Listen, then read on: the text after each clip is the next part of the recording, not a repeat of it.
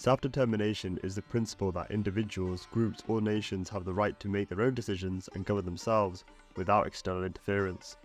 This concept is central to the idea of freedom and autonomy, allowing people to determine their political status, pursue their economic and social development, and make decisions that affect their lives on their own behalf. The concept of self-determination traces back to the European Enlightenment, where philosophers like John Locke argued that governments derive their authority from the consent of the governed rather than from divine right or hereditary power. Locke's social contract theory posited that individuals are born with natural rights, such as life, liberty and property, which governments must protect.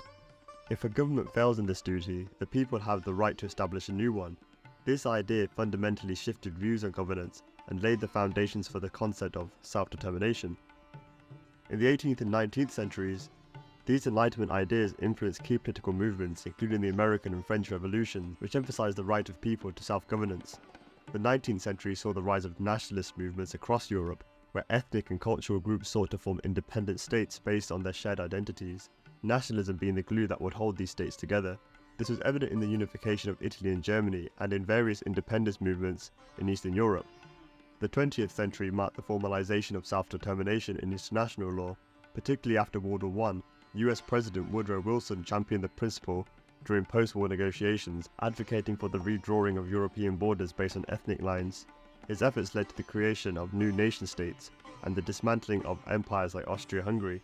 The principle of self-determination was further reinforced after World War II, particularly with the formation of the United Nations in 1945. The UN Charter explicitly recognizes the right of all peoples to self-determination, setting the stage for decolonization efforts in Asia, Africa, and the Middle East. Throughout the 20th century, self-determination became a rallying cry for oppressed peoples around the world, leading to the end of colonial rule and the emergence of new independent states. However, while self-determination has been enshrined in international law, its application remains complex and contested. The tension between the right to self-determination and the principle of territorial integrity continues to shape global politics, as seen in conflicts over independence and autonomy in regions such as Israel, Palestine, Kosovo, Catalonia, and more. Despite its broad recognition, the application of self-determination is not without controversy.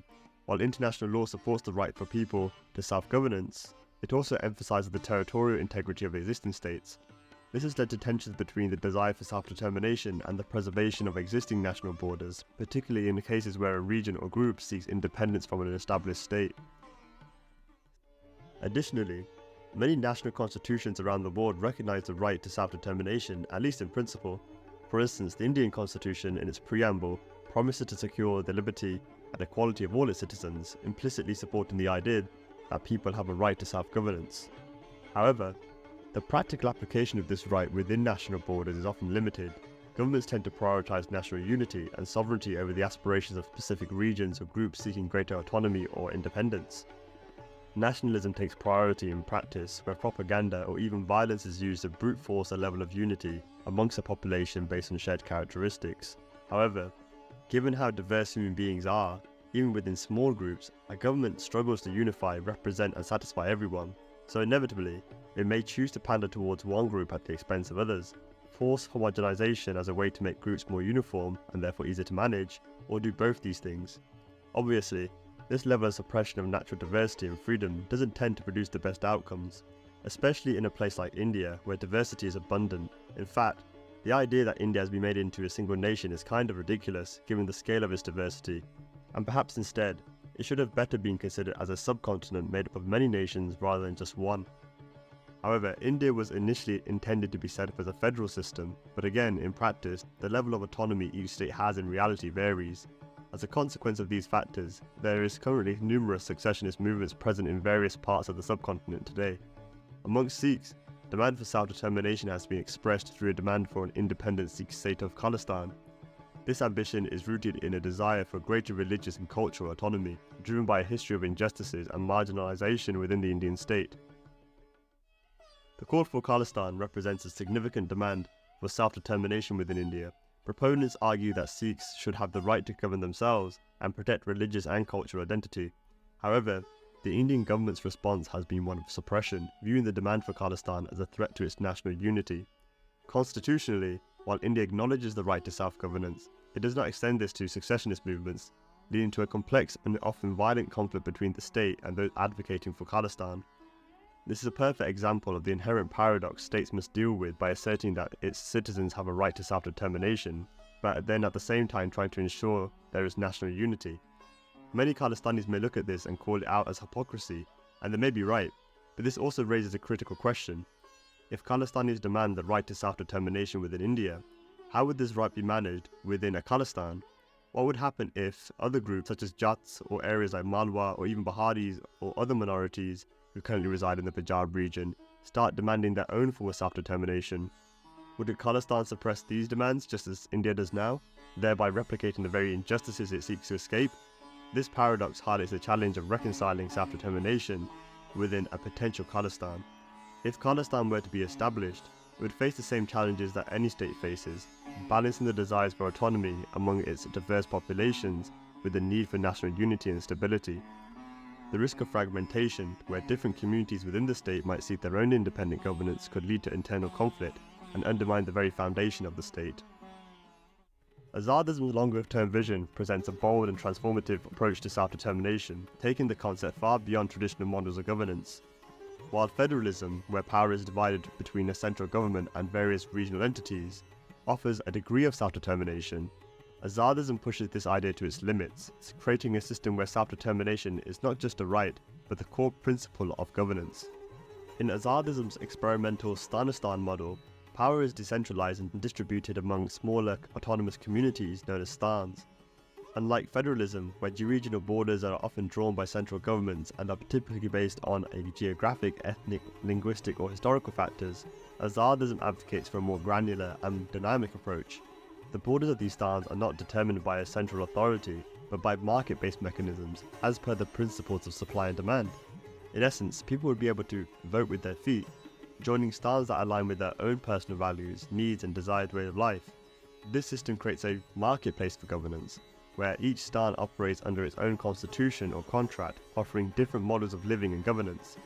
These contracts specify the unique laws, regulations, and societal norms that apply within each stan, giving individuals the freedom to choose from a range of options the governance model that best suits their unique preferences. This could range from highly libertarian communities with minimal government intervention to more structured environments with specific social or economic systems like a socialist commune. The unifying thread across all stans is the non-aggression principle, the NAP, which prohibits the initiation of force or coercion against others. This principle ensures that while each stan may govern itself according to its own rules, the fundamental rights of individuals to live freely are always protected. Voluntary participation and freedom to exit is the key to the system. No stan can impose its laws on anyone else that does not consent, nor can it conduct activities that affect third parties without their consent either. This would be a breach of the NAP, and therefore this is where the central government, if there is one, focuses its energy on enforcing. In this Stanistan model, the concept of borders is radically redefined. Unlike traditional nation-states, where borders are rigid and often contested, stans in the Stanistan system are flexible, dynamic, and determined by market forces rather than by a central government decree. A stan could be anything from a small commune to a village to an expansive city-state. Each stan sets its own rules regarding immigration, governance, and resource management, all of which are clearly outlined in its contract or constitution. The evolution of a stan begins with the purchase of land and a clear purpose. For example, a group might purchase a plot to create a sustainable farming community. If the stan manages its resources efficiently and provides a desirable way of life, it can attract more participants who bring additional skills and talents, allowing that stan to expand. This expansion could involve acquiring more land, but it doesn't have to be contiguous. Stans can have multiple non-contiguous properties connected by shared goals and governance structures. Conversely, some stans may decide not to expand at all and stay as a small, gated community. However, the Stanistan model goes even further by decoupling the concept of a stan from a physical territory. In Azadism, a stan is defined by the contract that its participants agree to, not necessarily by land they occupy. This means that multiple stans can coexist within the same geographical area, with individuals adhering to different contracts living side by side. For instance, a Muslim who follows a Sharia-based contract can live next to a Hindu who adheres to a different spiritual cultural contract. The key is that these contracts are voluntary, and adherence is based on the individual's choice, not on where they live. This arrangement allows for maximum flexibility and respects the diverse needs and values of individuals. Since participation in a stan is voluntary, and people are free to exit if they no longer find the arrangement suitable, the marketplace for governance remains competitive. and responsive to the needs of its participants. If a stan becomes too restrictive or fails to meet the needs of its members, then they can leave and either join another stan that better suits them or start their own. The role of the central government, if one even exists at this stage, is primarily to enforce the non-aggression principle, the NAP, and to resolve disputes when a breach occurs. For example, if one participant in a stan imposes their rules on another without their consent, this would be a violation of the NAP. The central government's justice system would then intervene to uphold the rights of the individuals involved. This ensures that while stans are free to govern themselves, they do not infringe on the freedoms of others to do the same. In this way, the Stanistan model embodies the ultimate form of self-determination, what can be described as self-determination on steroids. It not only allows individuals and groups to govern themselves according to their own values and preferences, but also provides a framework where multiple forms of governance can coexist peacefully. This solves the paradox of self-determination in a diverse society by allowing each group to exercise its right to self-governance without imposing on others. The Stanistan model, therefore, offers a powerful solution to the challenges of self-determination. It recognizes that people have diverse needs and preferences that cannot be adequately addressed by a one-size-fits-all approach to governance. By allowing people to choose or create a stan that best aligns with their values, Azadism ensures that self-determination is not only protected, but is the very foundation of societal organization. In conclusion, Azadism transforms self-determination from a theoretical ideal, often merely reduced to lip service, into a practical reality that a nation of nations can embed more consistently into its fabric. By decentralizing power and creating a marketplace for governance, it allows individuals and communities to fully exercise their right to self-determination in a way that is dynamic, flexible, and truly reflective of their diverse needs and aspirations, whether this be individuals choosing for themselves which group they would like to join and be governed by, or experimenting with their own model.